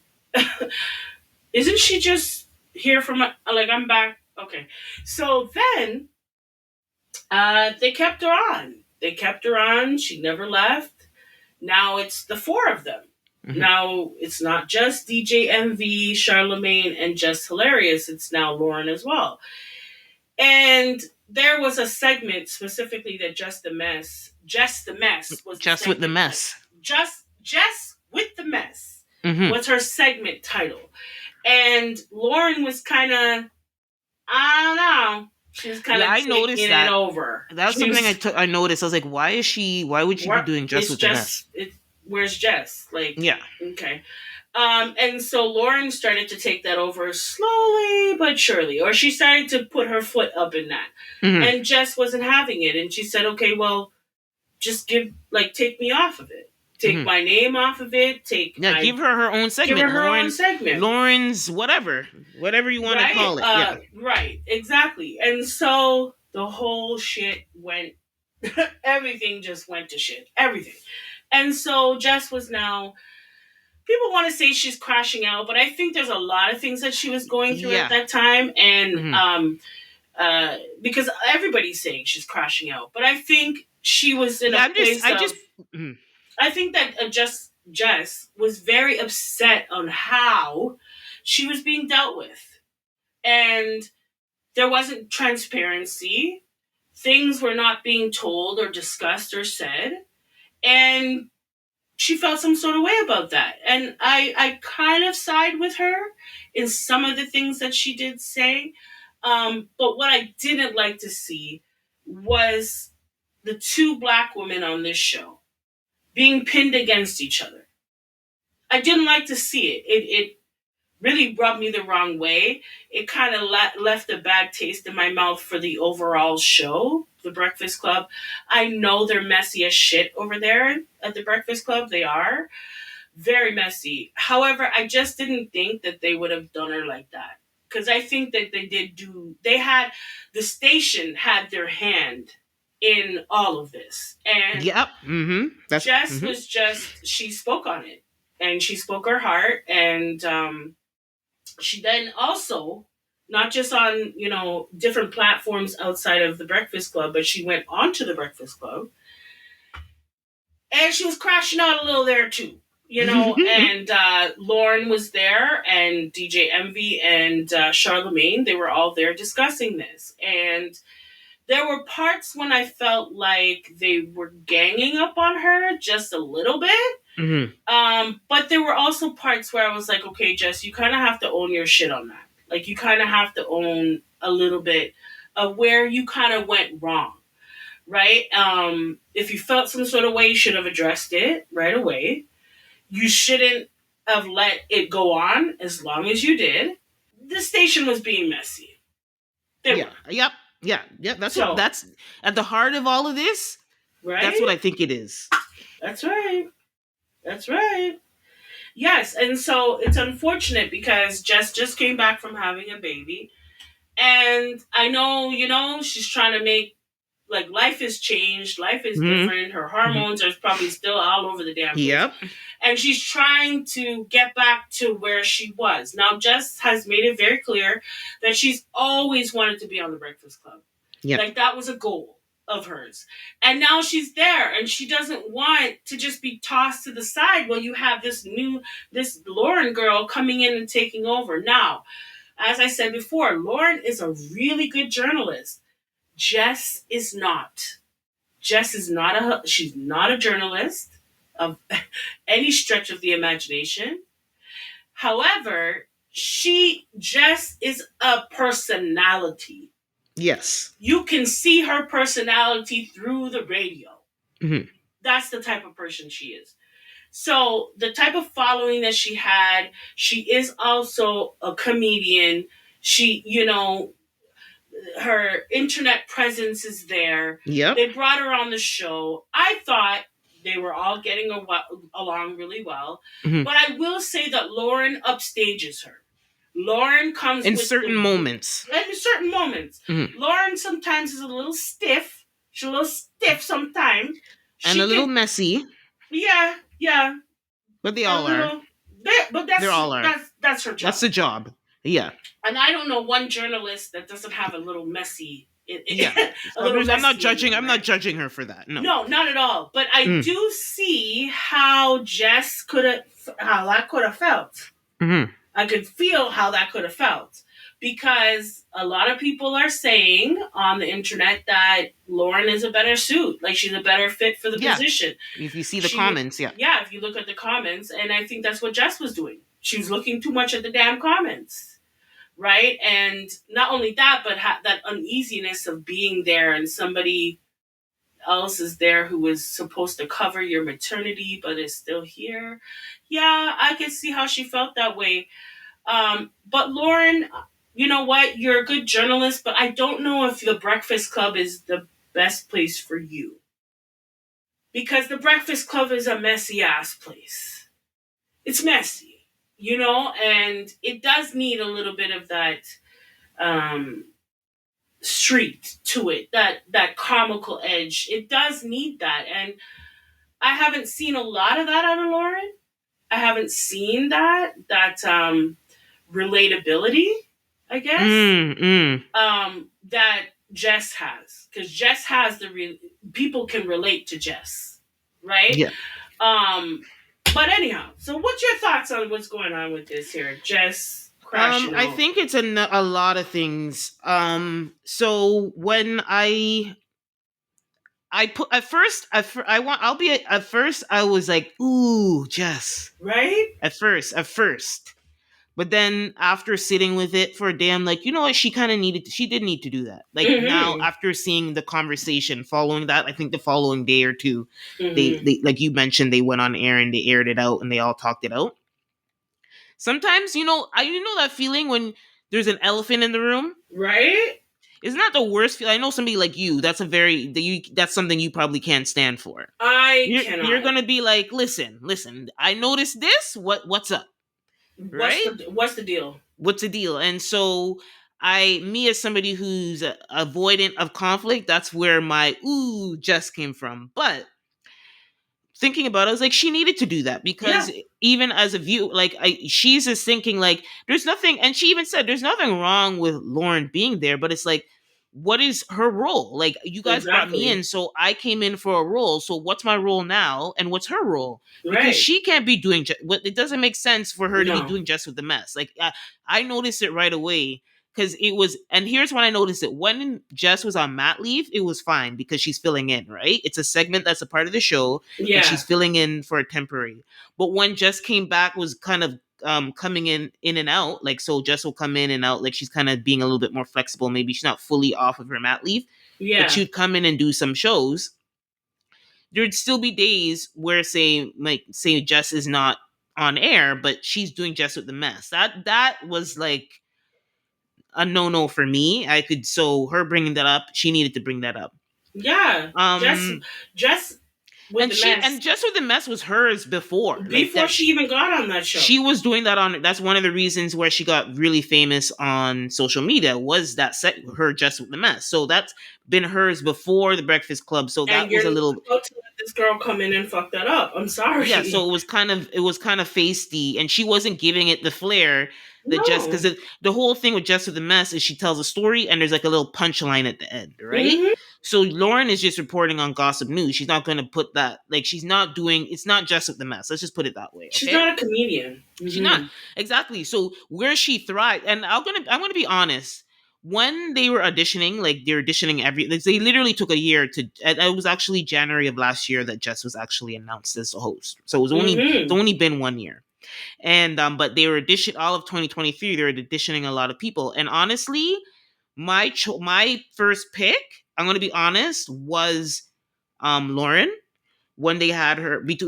For me, it was between Loren and Jess, but I Hmm. understood. I understood why they chose Jess because she not only was she could host, she could hold her own, obviously, but she also had a following. Like she has over 3 million followers on Instagram. Well, not that Hmm. Breakfast Club needed it, but she has a whole presence, right? Yeah. She's a self-made woman, and so I understood that that was the edge that I think, and she's a comedian, so I think that was the edge she had over Lauren. So Hmm. I'm going to be honest that Lauren always stood out to me, from even before they decided to go with Jess. Okay, Hmm. and Lauren was my choice. Now we fast forward, and Lauren supposedly Jess chose Lauren to be Replacement for her the replacement maternity. while she was on maternity, which is good. She's probably saw what I saw, that Lauren was a really good fit. Yeah. Outside of her, she's a really good addition to the crew. But I'll say the comments you touched on it.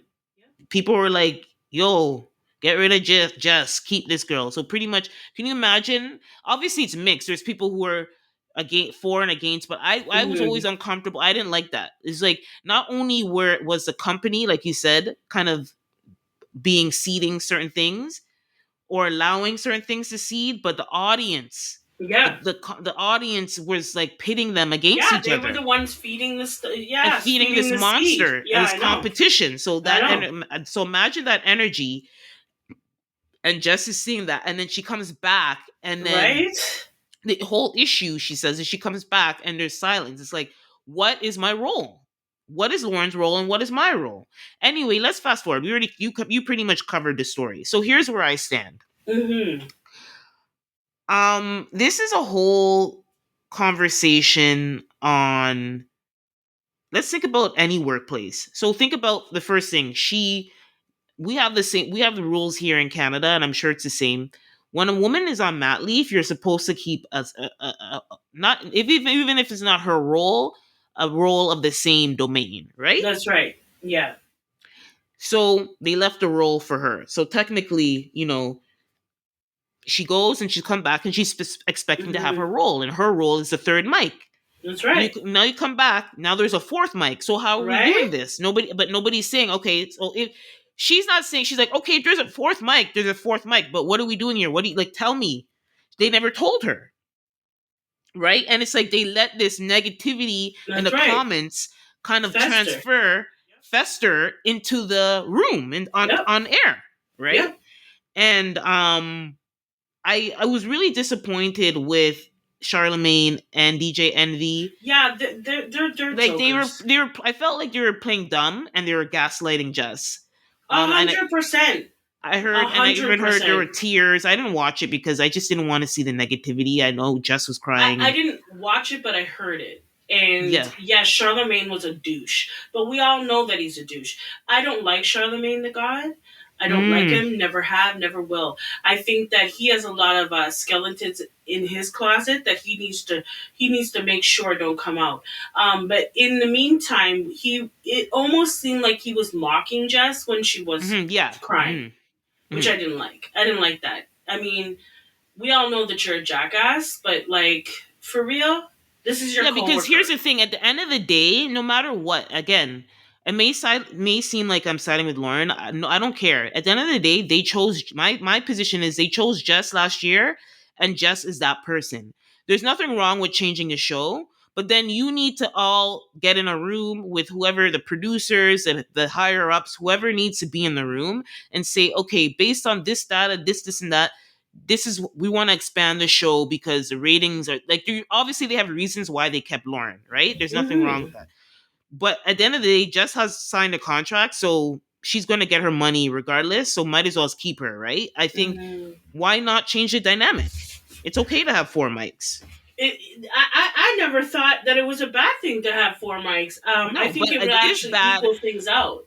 What is bad is if they never pull, like even just said, and she's like, you could tell she's a forefront. She probably was asking like, What the okay, hell is so going on? what is going on? So like me personally, like gaslighting, and let's think about it of ourselves. Like forget this media thing. What Mm-hmm. if it was me? Let me tell you something. If I because this happens in the office, all this could happen. You could. All the time, especially in the corporate world. I would feel like, do I have a job? I think, am I going to get fired? Like I would not feel secure in my job at all. How could you? Jess said that when she got back, Lauren was sitting in her chair. Like all of that. It's like Imagine that imagery. no, that's like You just you come back from mat leave, which some okay, here's the thing. Even in Canada, we make it where you can take up to 18 months of mat leave.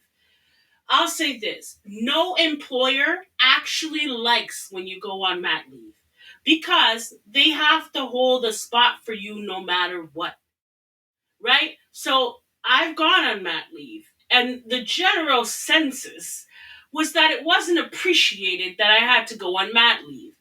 And when I came back, I felt that vibe in the air.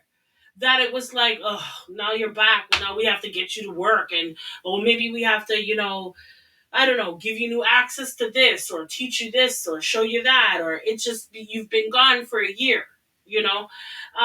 For me, I only got a year because Mhm, they changed it right after I had my kid. mhm. So it was horrible. Anyways, not me. About this situation. She got into this situation, walked into there, probably already feeling some sort of way, not just with the comments section, but now when you're on mat leave, your employers are not keeping you in the loop. You're not in the loop with things. You don't know what's going on. You might not always have a work friend that will keep you abreast with Mhm, what's going on at work. Things mhm. are changing. Now you're left in the dust while the company is moved forward. So now you already have to walk in on that. And now I'm walking in on that to see this heifer in my chair. Why is this heifer in my chair? They did that on purpose. They probably wanted to. They sure did do it on purpose. And so, therefore, how could she not feel like her job was like there was something? Lauren has now turned from a friend to a foe because they've used her as the company that is used Lauren to check Jess. And that is, you're coming back, you better be on your A game. Mm. Because if you're not, We already have your replacement sitting beside you. It's funny how companies work. It is. They make these laws that companies have to abide by, but that doesn't mean they like it. And so I feel like they did this to Jess on purpose. Yeah. There's no reason why that woman should be there the first day Jess gets back. And You're not, a it's okay replacement. okay if she's there, but she should not be sitting in her seat. Definitely not. No, she should not be there until it's announced Mm, that she's going to be there. mm, You see, that's the formality that was missed. See, if you're going to add a fourth mic, cool, like Jess said, no problem. But just like how they had to announce that Jess was going to be the third mic, they should mm-hmm. be announcing that there will be a fourth mic. There should not be the okay, for instance, if you think about the consumer, when I'm listening to the radio, I'm gonna start to get confused. Who the fuck is Yeah. this Loren girl? Where's Jess? Mm-hmm. Or, oh good, they got rid of Jess, who is this Loren girl? You know what I Mm-hmm. mean? So there needs to be an announcement. That's why they announced her being the third mic in the first place. There's announcements. You have to let your viewers know what's popping, because confusion could lead to people leaving and not watching the show. So you got to be transparent with your listeners as well as your staff. So there should have been a conversation before Jess got there. No, the heifer shouldn't have been on the air the first day Jess got there, unless you were going to announce that there's a fourth mic the day that Jess got back there. But to see that this girl is in my spot, are you trying to tell me something? Okay, she might have let that roll off her back, but now you have her in my segment? What you trying to tell me, fam? What you trying to say? If I'm inquiring and nobody is telling, what I didn't like that DJ Envy said, and he was trying to make it seem like he was so, I can't stand DJ Envy either. Like, honestly, they both get on my damn nerve. DJ Envy made a statement and he said, you could have talked to us. You could have, we had a staff meeting. I think it was maybe earlier that day or earlier that week. Mm-hmm. We had a staff meeting and you could have brought all of this up. DJ Envy, shut the hell up. What did you expect that woman to do? Really and truly, she walks in and sees this girl sitting in her damn chair, and now you're trying to take her segment from her? But you want her to. She obviously felt that she couldn't. She obviously felt that you people are gaslighting me in here. She Yeah, and obviously felt that you were putting Jess into the mess. You were putting her in the mess. Okay? you And know what? so Mm-hmm. I think she did it the best way that she knew how, and that is, I'm not gonna, this brand I made before I got here. Yep. And you're not ever gonna destroy this brand while I'm here and after I'm gone. So you're not gonna have this heifer, okay? Loren, as good as you are, you're not gonna put her on my shit. No, you're not. No, that's fair. Totally. And I'm I with think I'm that with was the I'm with best her way on that that. yeah, if you want to play games, let's play games. But one thing I want to touch on before we end off Yeah. is Mm-hmm. the thing, because you brought up Charlemagne and DJ Envy. What I was disappointed about with them that Jess said, and I totally agree. Like, at the end of the day, you guys were on board when Jess was selected. She's your girl. At the end of the day, that's Exactly. your girl. Whether it's real or not, on the show, you guys are supposed to be the trio. Exactly. And she was online being attacked and compared and contrasted, and nobody defended her. She says, Not a we're supposed word. to be a team, but nobody defends me when I'm being attacked online. So Not a word. again, again, it comes to, I think of a woman who's just had a child, who's on mat leave, all this energy, negative energy and competition happening, and nobody is advocating for her.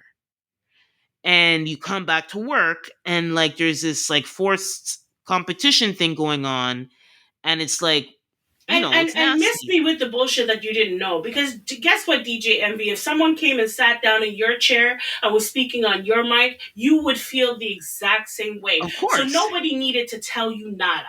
Nobody needed to say nada. You can see it for yourself what's happening. The listeners can hear. Why do you have her on Just the Mess? Hmm. Loren, you're great and all, but this is not your segment. And So then you saw that, but you saw that DJ Envy, you saw that Charlemagne, and you did nothing. As a matter of fact, you were complicit. So to me, you were just as bad as the radio station. And then we didn't talk about is the whole hoax of it all. It's not. I don't think it was Right. a hoax. No. We were gonna debate, Yeah, yeah, but yeah. because they just like kind of like how Jess kind of leaked that she was going to be the host, and then it was quiet before they officially announced it because she Hmm. actually got in trouble, but. She wanted to make sure she was negotiating her salary. That was all a part of Hmm. a tactic to negotiate to get the salary that she wanted. I'm not mad at her. I would love to take tips from her on that, right? Very smart businesswoman. But again, and they capitalize on that when she was announced and all of that nonsense. Again, they capitalize because this today, as of today, there is a video to say the show is mine, doing a parody of The Boy Is Mine, like Brandy Hmm. a la Brandy and Monica, but featuring Jess and Lauren. So they are. I do think Jess was honestly upset, and it was a real issue that Yeah. came to head. But of course, in true Breakfast Club fashion, and this is why they are they're good at what they do, and they capitalize on it, and they're generating millions of views on this whole drama. I don't know. I don't feel. I mean, if the girls are okay, and it seems like they're okay, and people are getting the money they want and the opportunities they want. Lauren just announced her own podcast on the iHeart thing, so I think it opened a door for Lauren, which I'm happy. But I'm also like I'm happy that Jess it seems like they've come to head. And also for Jess, I think it is an eye opener on her because a lot of people like to step her game up on this show. Like this is a Hmm. different level. Yes, you have your brand and you're amazing and you're a self made woman. You don't need the Breakfast Club, but the Breakfast Club also doesn't need you. Exactly. And they just showed So, you that.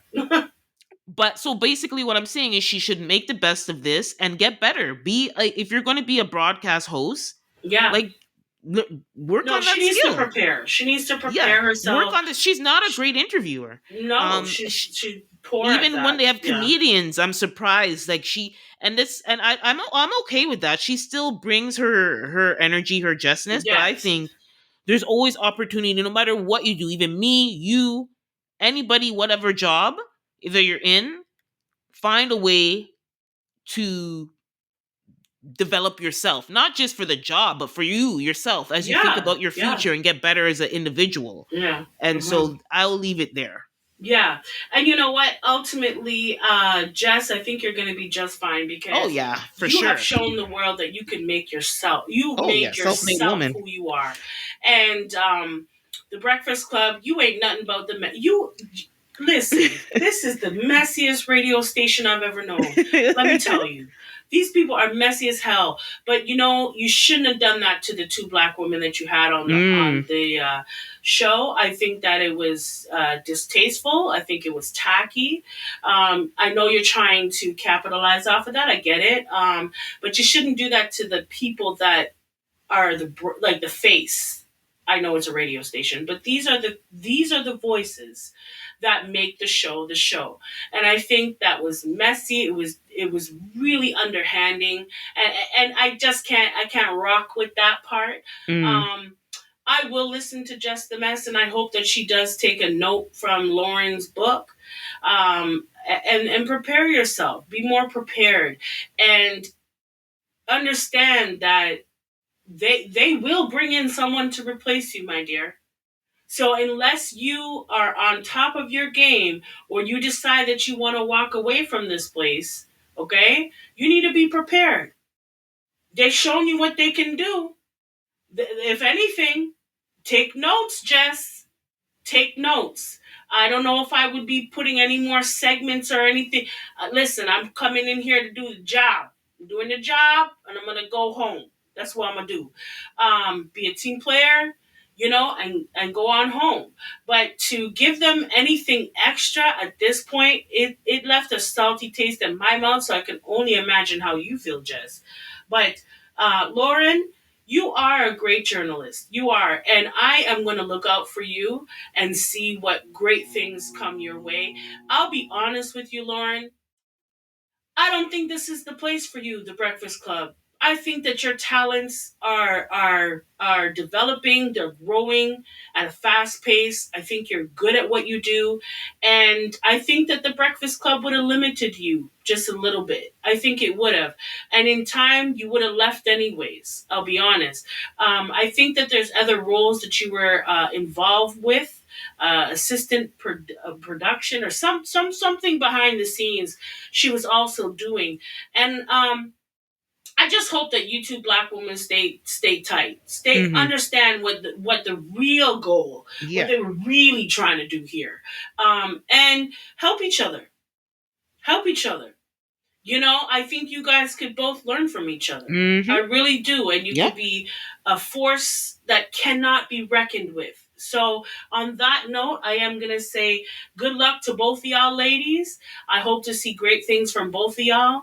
But in the meantime, in between time, we're going to say goodbye. And we hope that your hearts and minds were activated on this week's show. So, whether you lead with your heart or your mind, please stay passionate and thoughtful. We'll talk to y'all real soon.